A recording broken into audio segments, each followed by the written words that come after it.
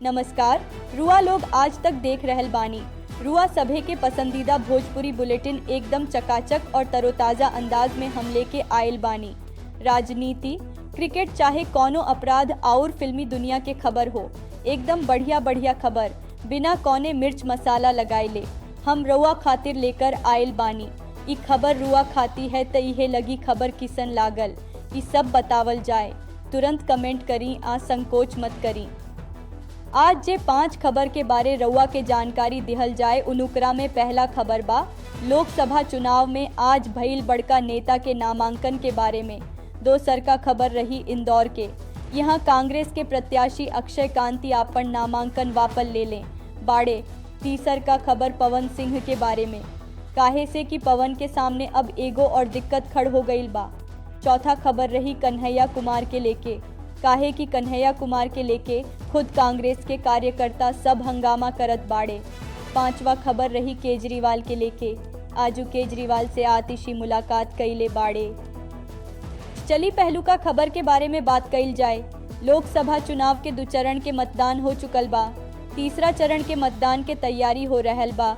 अबूरी 6वां चरण खातिर नामांकन भी करावल जाता।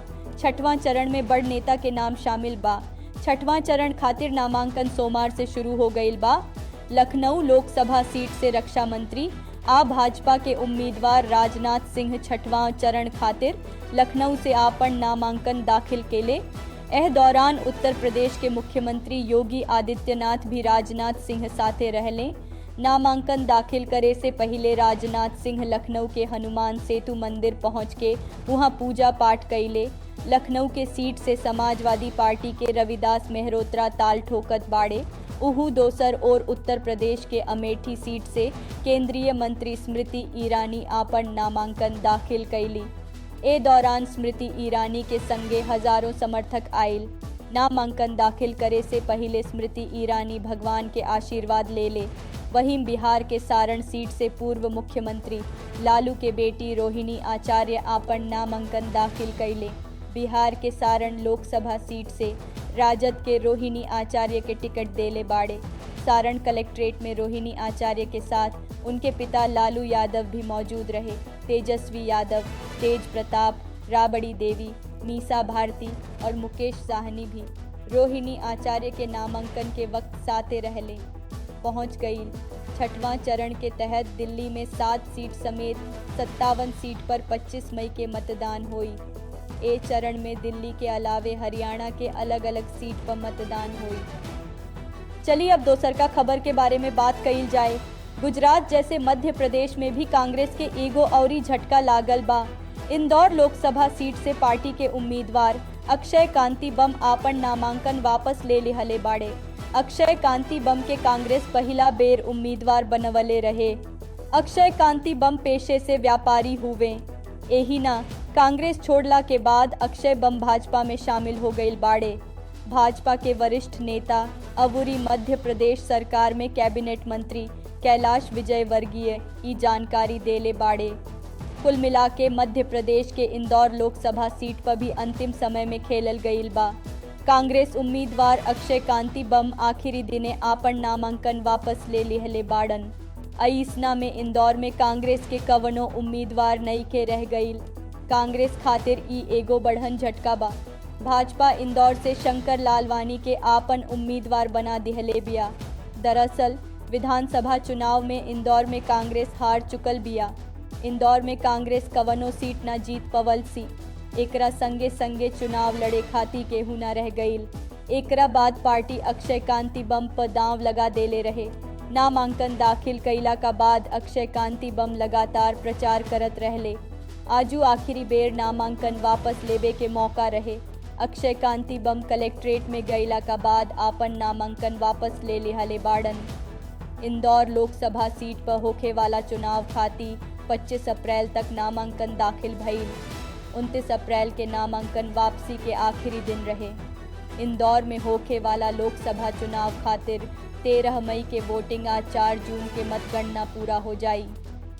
चलिए अब तनी बात पवन सिंह के बारे में। अब काराकाट सीट पर भोजपुरी अभिनेता आ गायक खातिर औरी परेशानी होखे वाला बा। काहे कि मैदान में एगो औरी पार्टी आ गईल बा। लोकसभा चुनाव 2024 के तीसरा चरण के तैयारी के बीच असदुद्दीन ओवैसी के पार्टी AIMIM भी बिहार में आपन किस्मत आजमावतिया। अब पार्टी के बिहार इकाई प्रमुख अख्तरुल ईमान के मौजूदगी में प्रदेश सचिव आफताब अहमद सीट के नाम के घोषणा कैले बाड़े।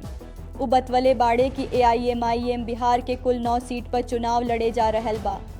AIMIM के नेता लोग के कहनाम बा कि पार्टी शिवहर, गोपालगंज, पटलिपुत्र, महाराजगंज, मुजफ्फरपुर, मधुबनी, जहानाबाद, काराकाट, वाल्मीकि नगर, मोतिहारी में कड़ा चुनाव लड़ी।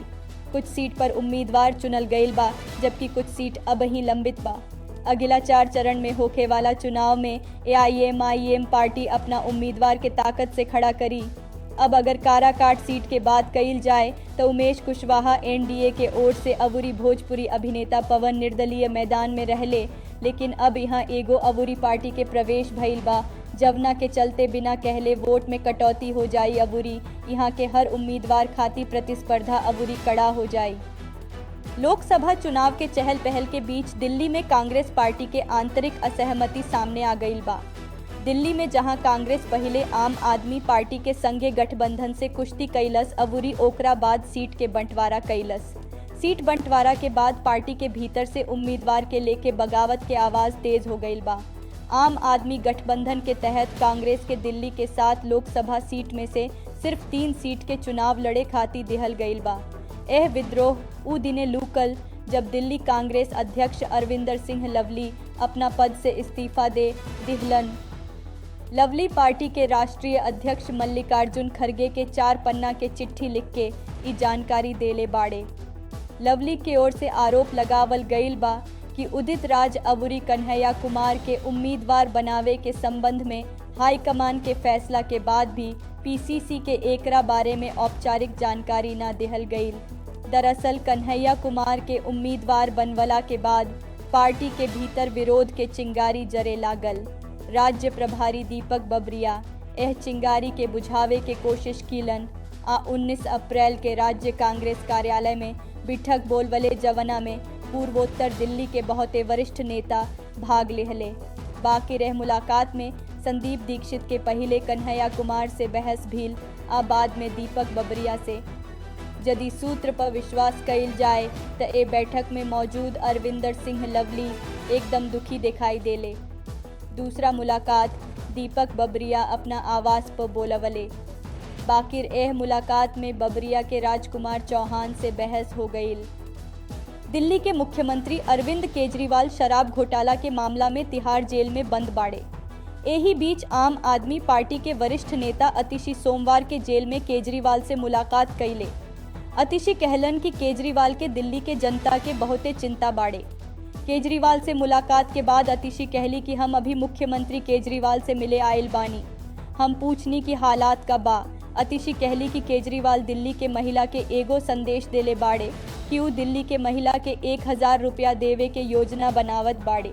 अतिशी कहली कि केजरीवाल से मिले के इजाज़त 2 लोग के दिहल गईल रहे, लेकिन सुनीता जी के अनुमति रद्द कर दिहल गईल।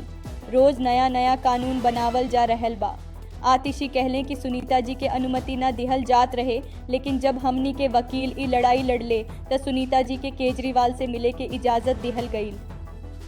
त लोग के भोजपुरी भाषा में आज तक के ई बुलेटिन कैसन लागल जरूर बताई, काहे कि हमनी खबर रुआ खातिर लेके आयल बानी जा।